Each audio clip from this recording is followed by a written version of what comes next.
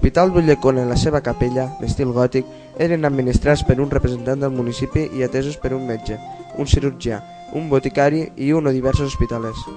A dintre hi podem veure una capella que es conserva d'aquella època en força mal estat i sobre el cor d'aquesta hi ha pintats petits medallons representant els sants metges. A la porta d'accés es conserva un petit escut de la vila.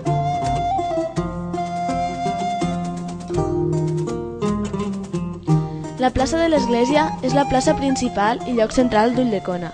Sota els porxos i a la plaça s'hi feia el mercat els dimecres. Es troba envoltada en la seva major part per una galeria porxada oberta a la plaça. El sector més antic és el sud, amb un primer arc de radi més gran i tres de més petits. La galeria en aquesta zona està coberta amb cabirons de fusta, ben conservats però d'aparença més antiga a la resta. Es sap que al lateral dret de la plaça hi havia una torre octogonal, que va ser enderrocada a finals del segle passat.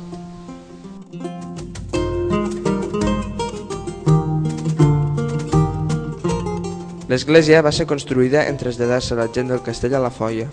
La construcció s'inicia el 1373 i finalitzà el 1421, any en què es consagrà l'altar major en l'apòstol Sant Lluc. L'obra no va ser acabada, consta d'una única nau, dividida en tres trams, encara que l'obra original en preveia 4. A la nau hi destaquen dos petites rosasses. També és d'importància la porta d'accés, que és arquivoltada i està precedida d'un porxo.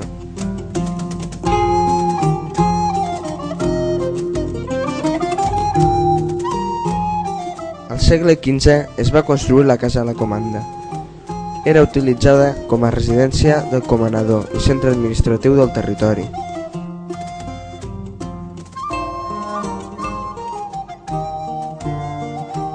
Sobre el portal central de l'edifici hi ha dos escuts, dels emblemes de l'Hospital de Sant Joan de Jerusalem i de l'Hospital.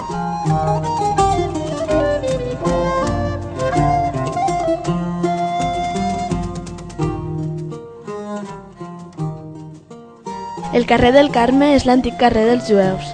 Una de les restes que encara es conserva és un pont situat entre les dues façanes sobre el qual s'aixeca un mirador d'una de les cases antigues.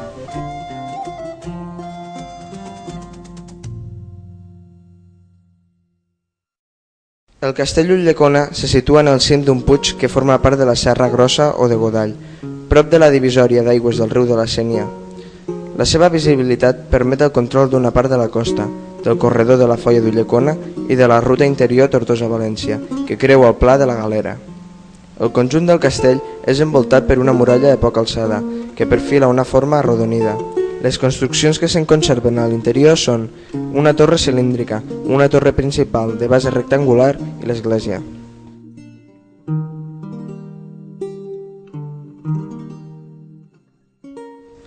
La torre quadrada es tracta d'un edifici de planta quadrangular. L'aspecte exterior de la torre és força massís, originàriament amb una obertura principal a cada una de les 4 cares en la planta superior i espitlleres escasses en els nivells inferiors. Comprèn 3 plantes i un nivell de terrassa.